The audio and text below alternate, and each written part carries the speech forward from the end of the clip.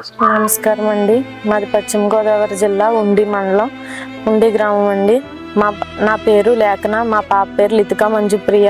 మా పాపకి చిన్నప్పటి నుంచి 6వ నెల కాడి నుంచి హెల్త్ బాగాలేదని హాస్పిటల్కి చూపించామండి.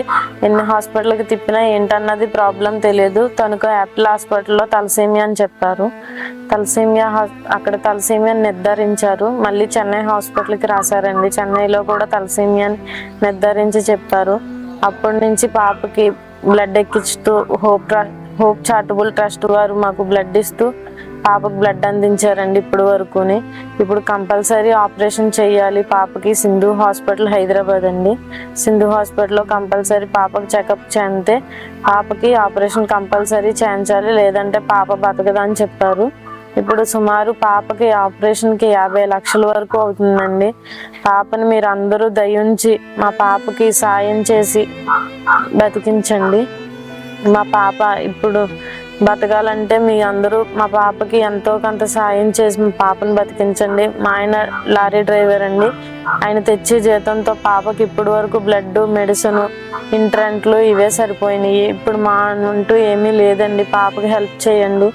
మీరు అందరూ దయచేసి మా పాపను బతికిస్తారని, హెల్ప్ చేస్తారని కోరుకుంటున్నాను. మక్కా సురేష్ నా పేరు. మా పాప లితికా మంజుప్రియ తలసేమియా పేషెంట్. హైదరాబాద్ సింధు హాస్పిటల్లో ట్రీట్మెంట్ చేయించుకుంటున్నామండి. ఈ నెల 10వ తారీఖు 2026 ఆపరేషన్ చేయమన్నారండి. ఆపరేషన్ చేయబోతే మా పాప మనకు తప్పదని చెప్పారు.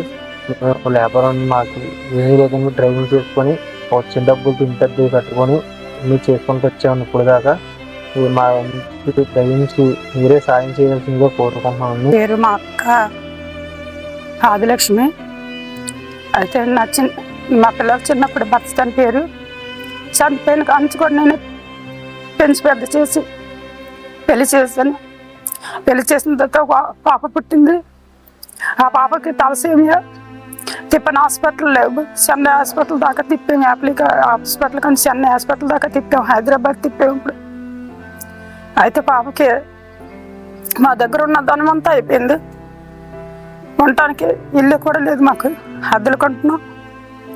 అయితే ఇప్పుడు ఈ పిల్ల చేజారిపోద్దని డాక్టర్లు చెప్పారు.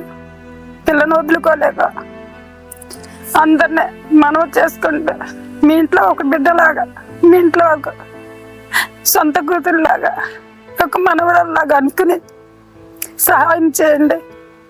ఎంతమంది చేస్తారు, ఇన్ని లక్షల మంది చూస్తున్నారు. అన్ని లక్షల మంది కూడా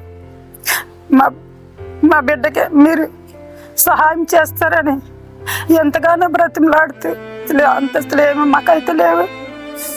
నేను కష్టపడి బతికేవాళ్ళమే. ఇల్లు అన్నీ కూడా తనకల్లోనే ఉన్నాయండి. బిడ్డ బతికితే చాలనుకుంటున్నా.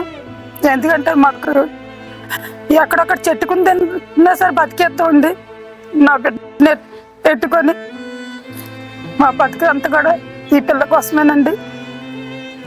మీరందరూ కూడా నా మనవిని ఆలకించి మీరందరూ కూడా తలకో మీ తోసినంత చేసి ఈ పిల్లని ప్రాణాన్ని అందరినీ నమస్కరిస్తూ అడుగుతూ సీఎం పన్నుకా నుంచి వచ్చిందండి.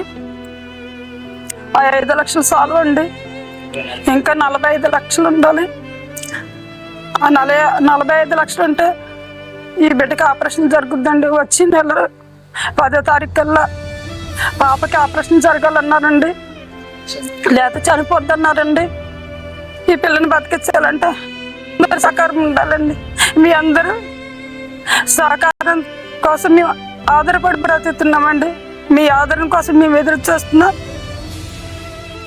ఈ పిల్లని ఇలాగ పెంచుకుంటున్నామండి. పాస్ పని చేస్తున్నాను నేను. పాస్ పని చేసుకొని నా కొడుకు డ్రైవర్ అండి. అది తెచ్చింది చాలదు. చాలని జీతంతో మేము ఎంతగానో పిల్లని బతికించుకోవాలని మీ అందరికీ మనపూర్తంగా నమస్కరిస్తే చెప్తున్నానండి. ఎంత దయించండి.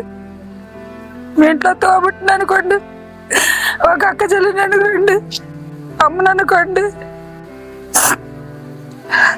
ఈ చూసిన వారందరూ కూడా బిడ్డను బతికిస్తారని